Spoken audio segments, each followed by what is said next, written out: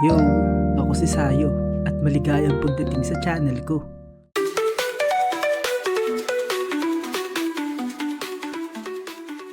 Mga bad trip na karanasan sa ulan at bagyo. Grabe talaga kapag umuulan sa Pinas. Matik na yan. Survival of the fittest. Matira matibay na ito. Narito ang ilan sa mga halimbawa ng bad trip experiences ng mga Pinoy. Mula ito sa kwento ng mga kaibigan, kakilala at subscribers natin. Kung may mga kwento ka rin, padala nyo na lang yan. Malungkot man o nakakatawa, baka next time, malay mo, kwento mo naman ang itampok natin dito sa ating tanghalan. So, number 1 sa ating listahan ng bad trip experiences tuwing may ulan at bagyo.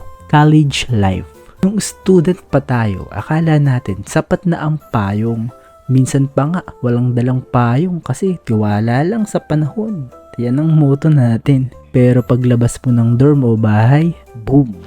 Instant part na ng ligo mo sa ulan. Pero ito pa, minsan may payong ka nga pero sa lakas ng hangin, yung payong mo parang gusto nang sumali sa Olympic pole vault. Lilipad ka papunta sa crush mo. Ay, destiny yarn. At naalala ko dati, nakamotor ako pagpupunta ako ng school. Nung bumagyo, naka-helmet nga ako pero potek parang aquarium yung loob.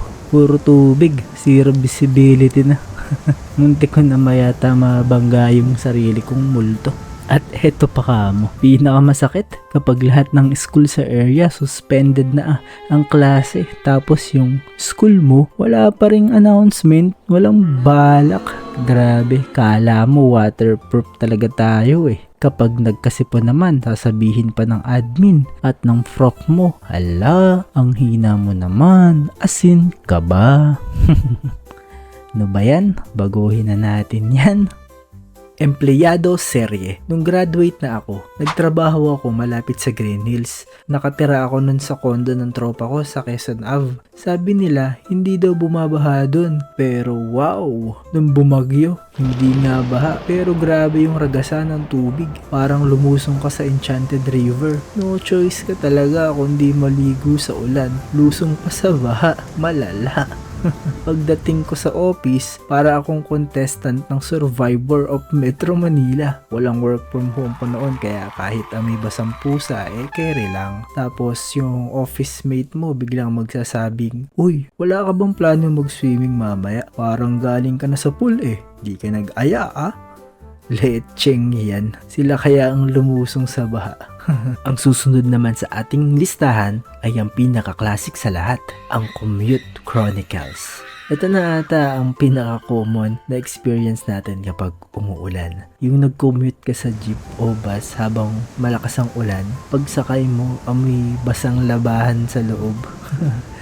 Kasi siksika na, dikit-dikit na kayo, no? Para bang mga sardinas. Tapos pagbaba mo, mukhang aso ka na. Mukhang basang aso ka na pala. Tapos may bonus pang splash ng korte sa gilid. Di ka pa nakakapasok sa opisina o school. Mukhang tumakbo ka na sa Spartan race.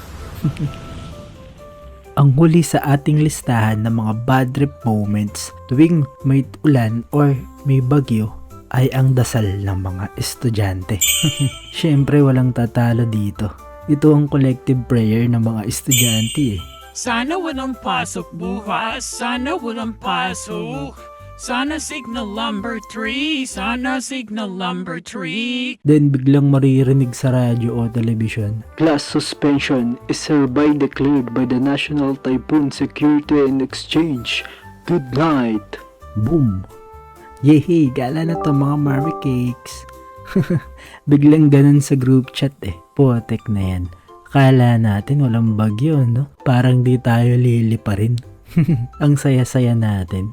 Ilan lang yan sa mga bad trip pero nakakatawang karanasan nating mga Pinoy tuwing tag-ulan at may bagyo. Ikaw, kung may kwento kang nakakatawang experience, pwede mo i-share yan sa atin para mapag-usapan natin next time.